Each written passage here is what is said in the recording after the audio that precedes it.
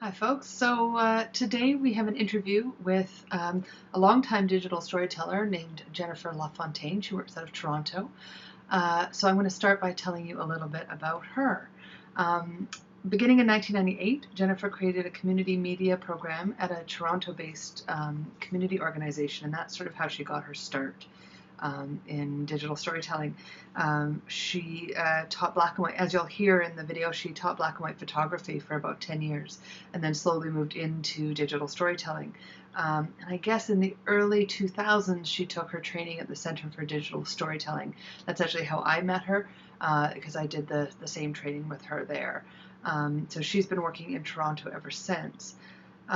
In 2008, Jennifer began collaborating with Emmanuel Pantin through their company Community Story Strategies. So they do community work around arts and storytelling, and primarily in digital storytelling, but other arts as well. So their backgrounds in facilitation and design, popular education, community organizing, storytelling, and cultural production led them to develop a model of digital storytelling as a community building tool centered on self-representation, education, advocacy, and community engagement. They've worked locally and nationally with a broad spectrum of people sharing stories about immigration, disability, violence, homophobia, climate change, and Indigenous knowledge. And as you'll hear in the video, she has a huge breadth of experience. So it's been really exciting to talk to her, and I'm hoping that you'll get a lot out of the conversation. So my intention in talking to her was to find out more about the work that she does, so that you can get an understanding of how people are using digital storytelling in community work, and also to ask her a little bit about what the challenges are and some of the pleasures of doing that work in the interest of for any of you who are interested in using it in your own work, so that you can learn a little bit more about how that works. So I think that's it for the introduction. I hope you enjoy the interview and read on for your kind of reading assignment this week and the forum that will open up today. Okay, thanks for watching. Bye-bye. So if you could maybe just start by telling me a little bit, or telling us a little bit about the work that you do now with community story strategies and how you got there. Oh, okay. It's a big question. You can start with right now and just a little bit about what, Okay. what brought you there. Okay. So right now I have a business called Community Story Strategies. And I work with one other person named Emmy Pantin. So we collaborate. We're collaborative partners. And we say something like, we want to partner with different organizations. Most often it's nonprofits. It might be the healthcare sector, sometimes academics, where we can help them use media and storytelling to leverage the good work that they're already doing. So like create another avenue for them to sort of move forward what they're working on. And often that's in sort of within social justice spheres, or looking at looking at how stories can help your goals of social change. Okay, so that's kind of what we do right now.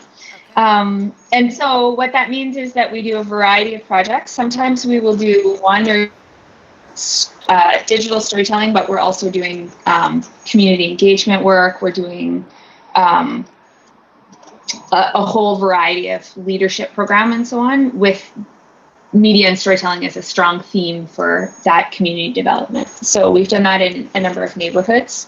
Sometimes we do art residencies that are also longer term, and then sometimes we do a single workshop where we pop in to an existing group and then leave them to continue using the stories in the ways that their organization plans. Huh.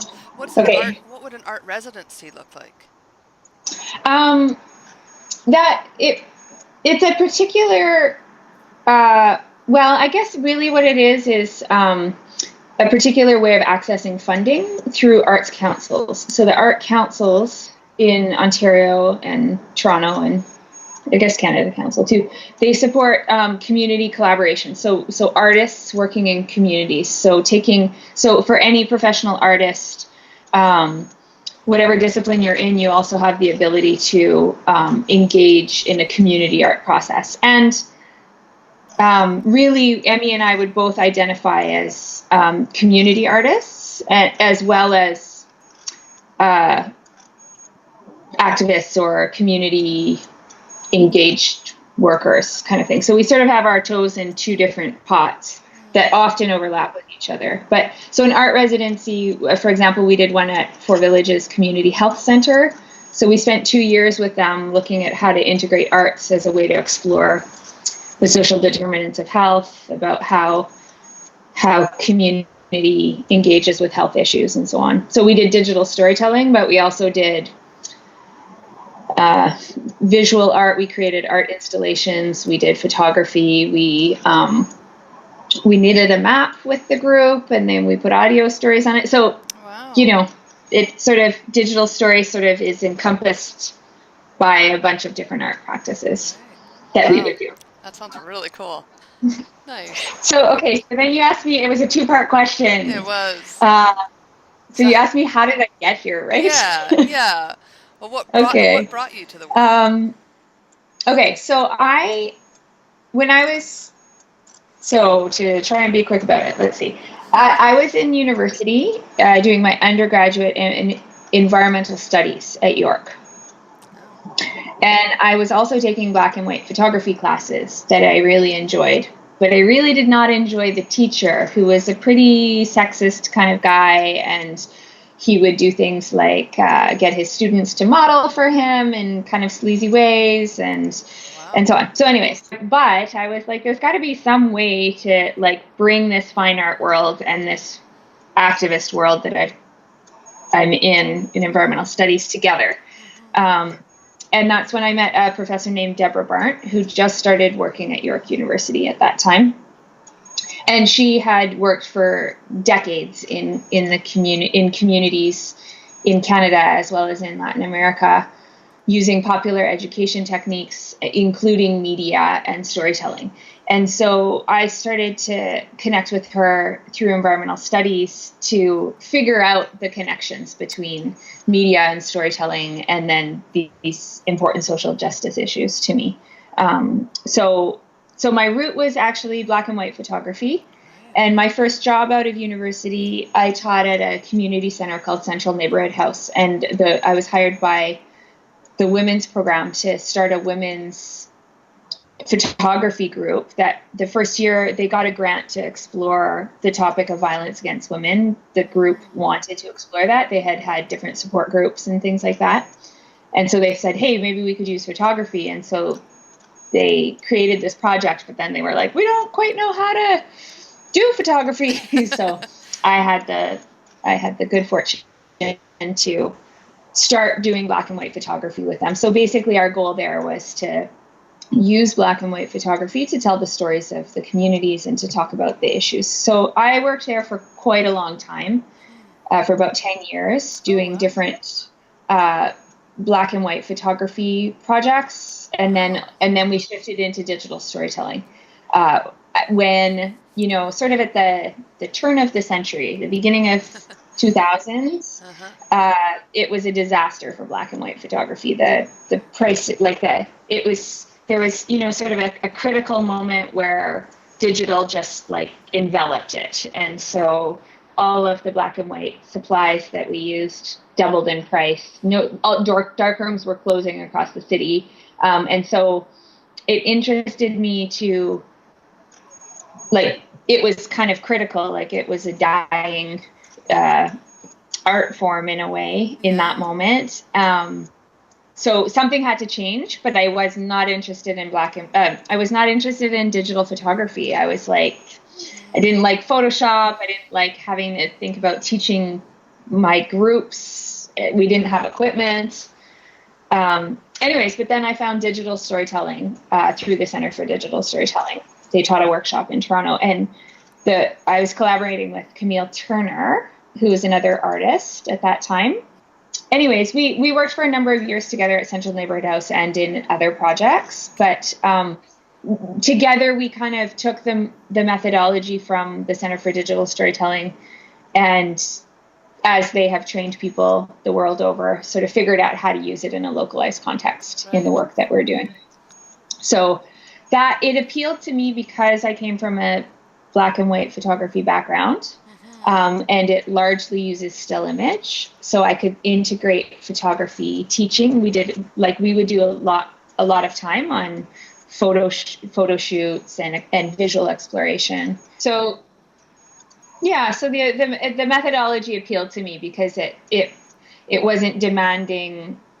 I didn't have a video background. I had a black and white photography background, so it was a really good entry into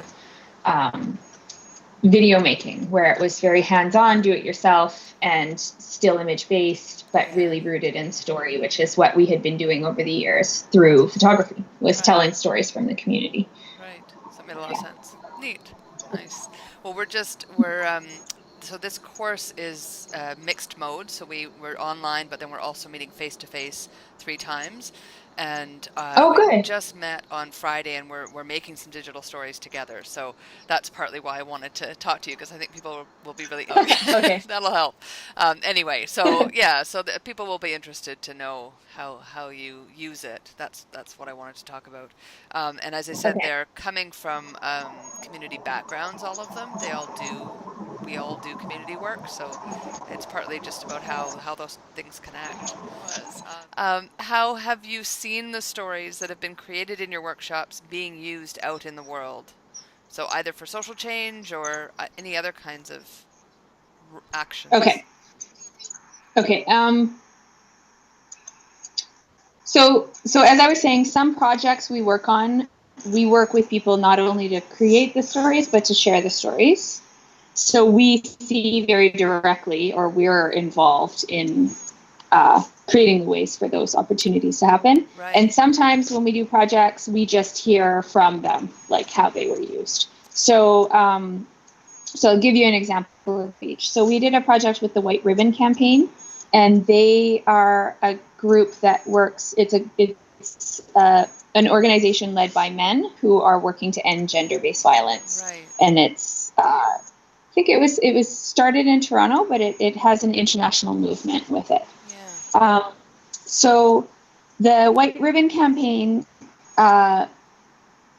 largely does its work online. And one of the things one project that they were working on was called It Starts With You, It Stays With Him. And it was a project that was to mentor adult men mentor the boys in their lives. So whether it's their sons, they're a coach to that person, a teacher, an elder sibling, people who would be willing as adult men to talk to their boys about healthy relationships, about sexuality, about gender, about how to live free of violence, and so on. And they said, well, what can you do about it? And people really were grappling with what they would do. And, they said, would you write a letter to your politician? Would you engage in a community action? Would you do this? Would you do that? And the thing that most men said they could do was to talk to boys in their lives. So they were like, okay, well, if people said they're willing to do that, can they do that? Do they have the resources, the skills, the confidence to be able to have those conversations? So this group made digital stories, a group of adult men, about their experiences with healthy relationships, with the violence they grew up in their lives, the ways that they had to make choices and changes to how they treated women in their lives, who their mentors were for them growing up, and so on. And so those digital stories became part of an online campaign. And so it was one of the tools used to help educate men about how they can talk to boys. It was about increasing that profile. So that's an example of one group that used it for sort of online education and activism. Wow, that's inspiring.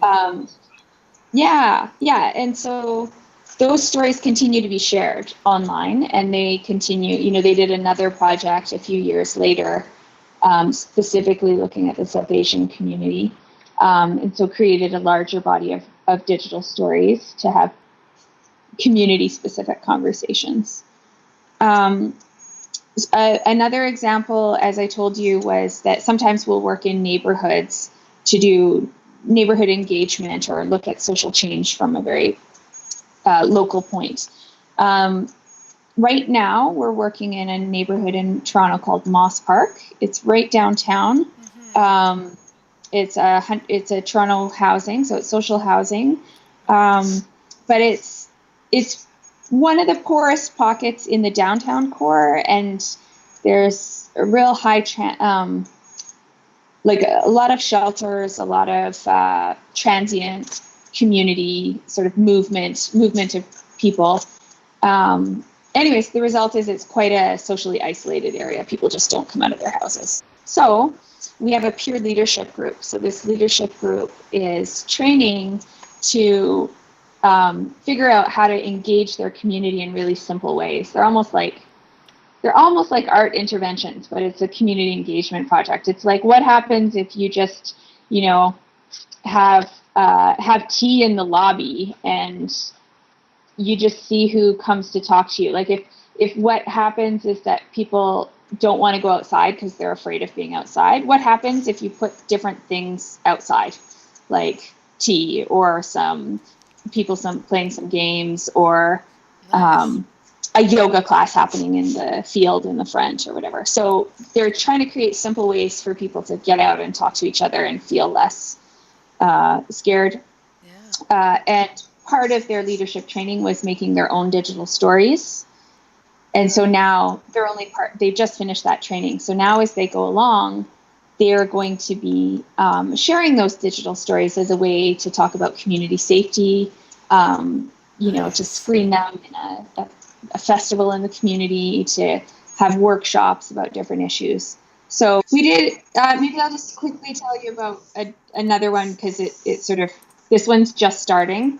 So we did another project in Lawrence Heights, which is another sort of low-income neighborhood in Toronto.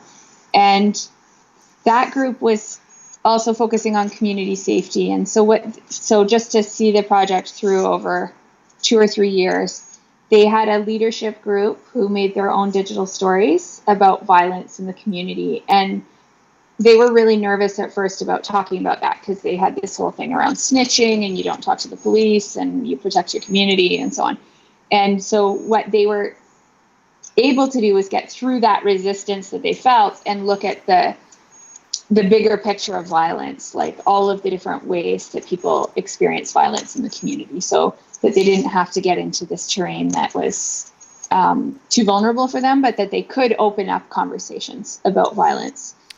Both partner violence as well as family violence, as well as community violence, as well as neglect as a form of violence and so on.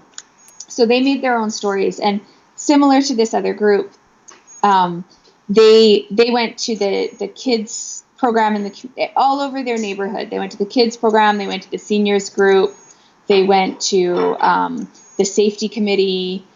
So they made presentations and had discussions with people all over the neighborhood around community safety. And they did it with their stories sort of driving that conversation. Oh. So they did like a community, like a town hall meeting and so on. So they got a lot of momentum and a lot of encouragement from people of all different ages. And what was really key as well was that the peer leaders were from different cultural groups. They were from different ages.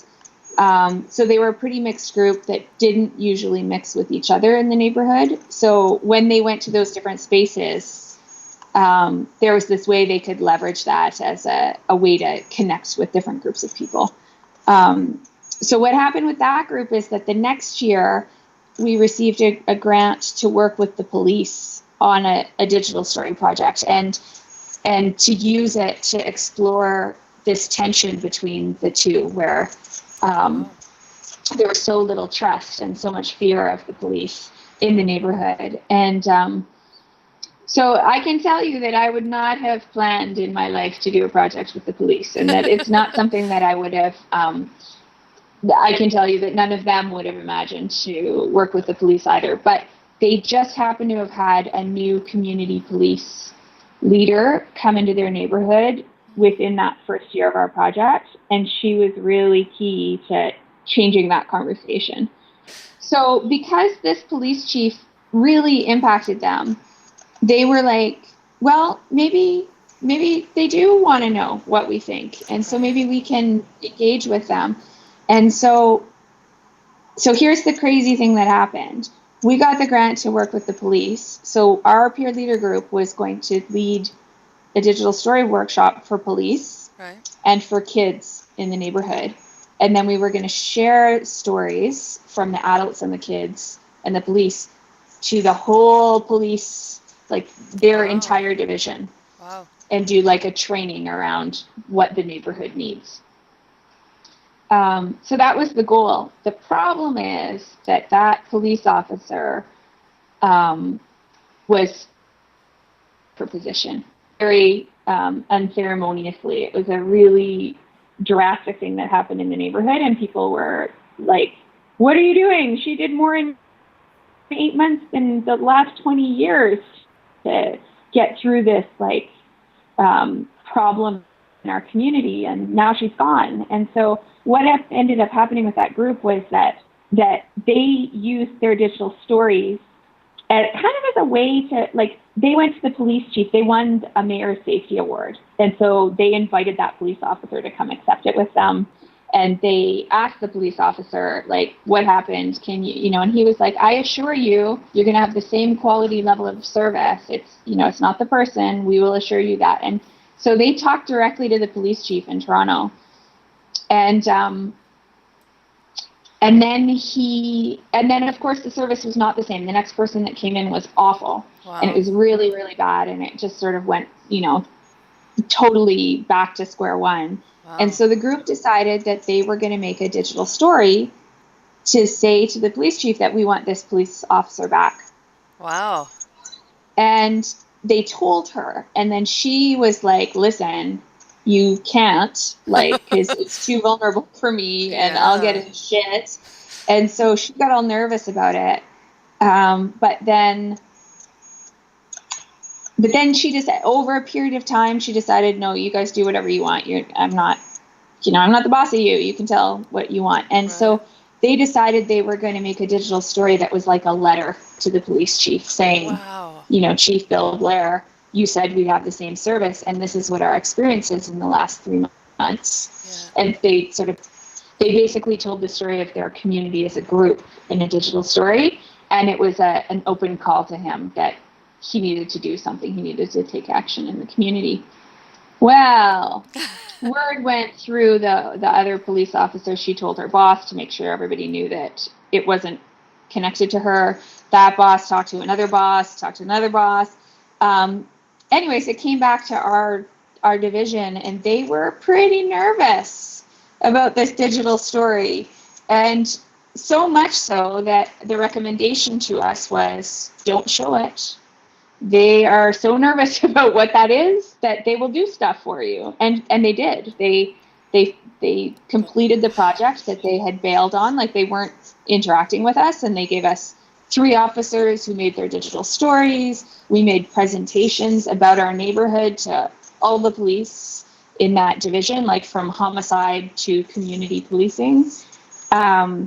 We had them attend community meetings where people could tell what they needed or where their fears were, and so on. And so it opened up this huge dialogue without even showing that digital story. Wow. So kind of, it's vaulted. It's barely been seen. Wow, but the way that it was leveraged, because they were aware that this community is telling its story. They're telling it as a way to open stuff up. Yeah. That really impacted in a really unusual way. So that's kind of like one of our more activist-y projects that sort of we never would have charted out that path, but that's sort of where the digital story ended up being really central. That gives me chills. That's amazing. Awesome. Wow. Well, I was going to ask you about if you've ever had storytelling used as an evaluation, and in a way that kind of was like it was a spontaneous evaluation of how something had gone. Yeah. Yeah. Yeah, and that group at the end, they also did an evaluative digital story that they shared more widely since that one was. So sometimes, yeah, we'll work with a group of people to share a digital story. Yeah. What's that? Sorry? Oh, it's okay. It's all right. Go ahead. Okay, so for evaluation, yeah, we've actually been really trying to engage more with people around evaluation right now because I do think it's such a great tool for sharing successes. So what we've talked with organizations about is how evaluation can be used to share impact, like to share what happened in projects or in your community or with whatever you're evaluating, to talk about the motivation, like what motivates your work or what motivates you to do what you're doing. So sort of if you think about staff in social justice work, for example, like what makes them passionate about the work that they do, and sort of finding those personal core elements that they can tell you about that gives you a connection. What really started that person's passion for that, like what personal life experience. So that's another one. And then the third is to use digital story to share unexpected outcomes. So that last story would really be an example of that, right? That we had a totally unexpected outcome from our project that we couldn't have seen coming, but it gives us a way to tell the story of that through an evaluative story. Yeah. Interesting. Sometimes evaluative stories can be just a single person, like every digital story, just a standard digital story project. Right. And so they're telling about the project or about whatever it is, and then they're also bringing themselves in, who they are in relationship to that. And sometimes we'll work with a group of people. So for example, last month we worked with a group of women who had gone through this child minding program at a community organization. It was a health center. And so they were evaluating 3 years of this project, and they were creating a report for the funder. They were creating a toolkit for other health centers about this child minding program. And they wanted to have women themselves, who were largely immigrant women, they wanted them to share the impact of what it was in their life, both the tangible hard skills of like, okay, you did a child minding program. Are you a child care worker now? Did you open a home daycare? Did you work at a community center? And then also, what other things did it bring you? So women told other stories around how it helped them with settlement, that it was their first certificate that they've ever gotten, that it's helped them healing when they've had physical illness, and so on, right? So they, as a group, like 5 people, they sort of represented some of the voices from that project. So nice. That's another way we'll evaluate projects. Yeah, that's a great example. Thank you. So one question I want to ask you is about how you deal with confidentiality and privacy, because I know in many organizations that's a big issue. And so confidentiality and privacy, you were saying? Yes. Yeah. Okay. Well, okay. So I think that one of the things that we do is work a lot with whatever organization, whether it's us leading it up or if we're partnering with somebody, so that they really know why they're doing the digital storytelling and for what purpose. And so if they're really clear on that, they can clearly do their outreach to others. If they're like kind of just going, hey, you'd be good for our project, can you join us? And they don't sort of give them the whole picture of it. That's where those things can feel really vulnerable to people. But if they know going in, like we worked with the National Museum of Immigration here, and we did a project across Canada. So we did digital story workshops in different locations across the country to gather stories of immigration. And they knew that they wanted to create an online digital story gallery, so that was going to be one of the major purposes of the digital stories. They were also going to integrate them in their exhibits and so on within the museum in Halifax. But because they knew that so clearly, when they were doing the outreach, they would tell people like, if you want to share your story, we'll have the opportunity to have it in this gallery online. And so people could make their choices right from that place. Like, okay, I know that I'm telling a story that they want to share online. And for the most part, people were like, hey, that's so exciting that I get to be a part of that, right? But it still frames like what choices they make about what story they're telling. You know, because we all have hundreds of stories, millions of stories in us. Yeah. And we make choices about what we're sharing there.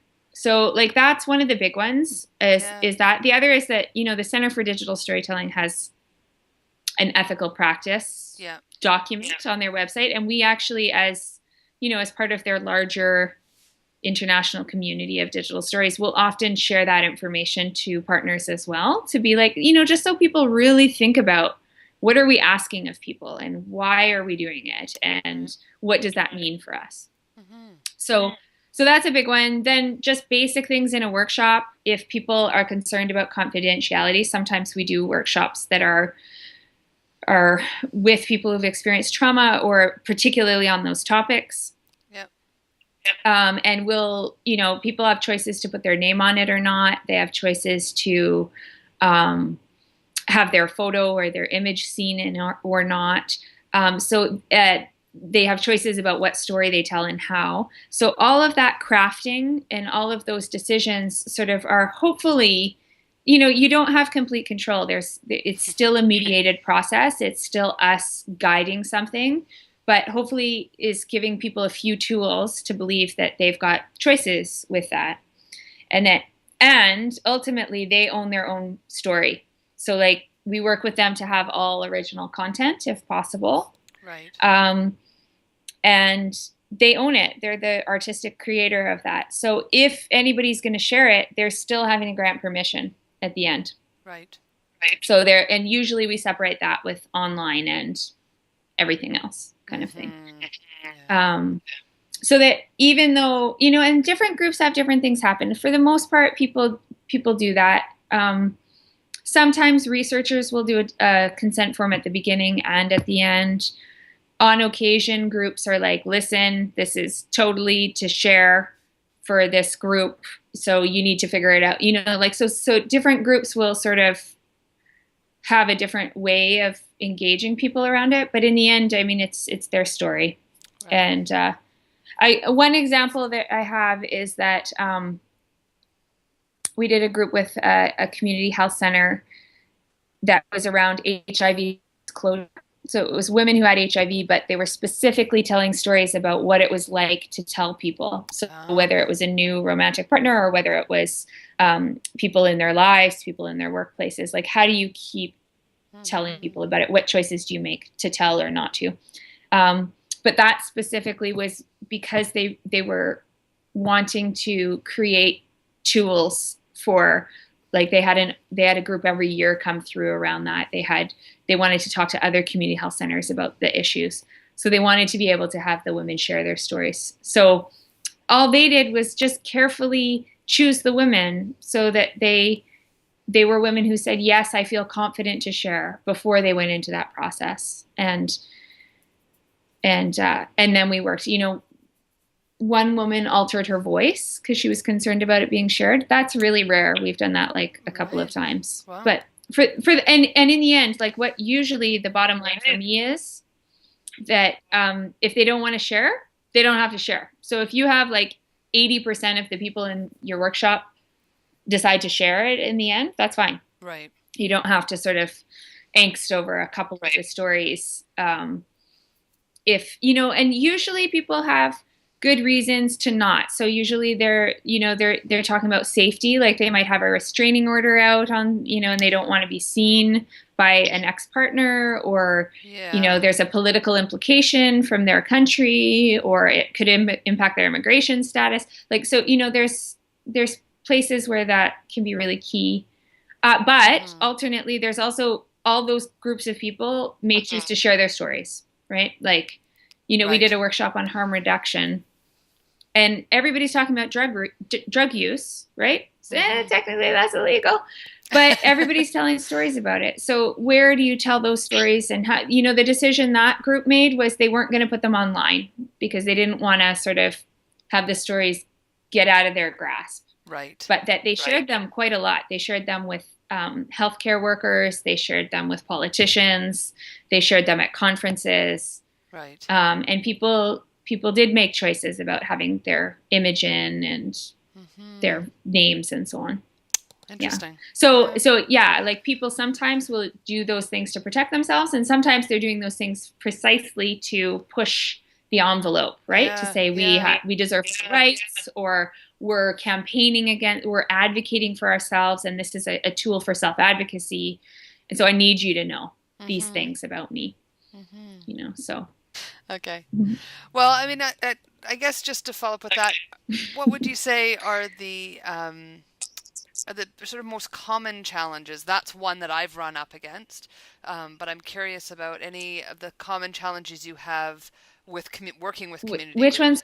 One thing, okay, so I think one of them is just a basic, it's kind of a confidentiality and privacy. It's like people feeling nervous about sharing their stories, or feeling like they don't have a story. The group that we just did, the Moss Park group that I told you, they were so nervous about sharing their stories. It surprised me. Like I wasn't quite they were really apprehensive about it. And they had done sort of a series of leadership workshops, and they knew that digital story was coming, but there was sort of a lot of tension around it. And if there's not, often with groups, we will do exercises with them. We'll talk about what are the risks of sharing stories, and then what are the benefits of sharing stories. So within whatever context they're working on, they're going to be telling you, like, here are the risks. Like, we did a group with youth who had sort of their first psychotic episode. So they were looking at early interventions for youth around mental health and psychosis. And so that group was like, okay, what are the risks of telling? Okay, well, here's what it is. I'm talking about addiction. I'm talking about mental health. I'm talking about violence in my family. The community is small. People are going to know who I am, even if it's anonymous. So they sort of throw out every possible concern. And then they have the benefits. And so they start talking about, well, maybe somebody else is going through what I've gone through. And maybe that could help somebody, or maybe we could show a health worker, and actually that could help us get better supports, or, within the context for them, they have a chance to sort of weigh things and acknowledge that telling a story is always a risk, and that there's also the potential for like a lot of benefits and stuff. So it sort of gives, so often we'll have conversations with groups. We'll have like, why are we sharing stories? What is the impact of stories? What's the point? So we'll do a lot of discussion around that, so that people can acknowledge that, there's power in telling stories. There's also power imbalances in the rooms of like who wants you to tell the story and why. And so when you have that sort of framework, it gives you space to problematize it, right? Like to say it's not perfect. It's not all just great. It doesn't mean that you're not going to go home and show your story to someone and then have them not react like you thought they would. That's one of the things, risks and benefits, we'll often talk with groups about. Yeah, I like that. It's a really nice method to use. It's great. Okay. And then, challenges, I mean, just very briefly, like we work with people of all different ages, of different literacy levels, of different computer literacy levels, language levels. So you're always sort of juggling within a room. Yeah. Needs, or the opposite, which is that they have like 10 times more experience video editing than you do, and how do you mentor them and contain them?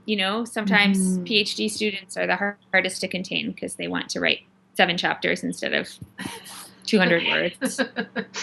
So those are sort of basic facilitating things, but I guess the point is that it is a popular education approach. It's about meeting people where they're at and finding success by the end of the workshop, that everybody finishes together, and that we create that completion within a workshop. And that's really key. Like people talk about like, oh, I never, sometimes people just say, I haven't completed anything in years. Right. And now I did. I completed it right in this workshop. And so that's a really big deal, is to create that possibility for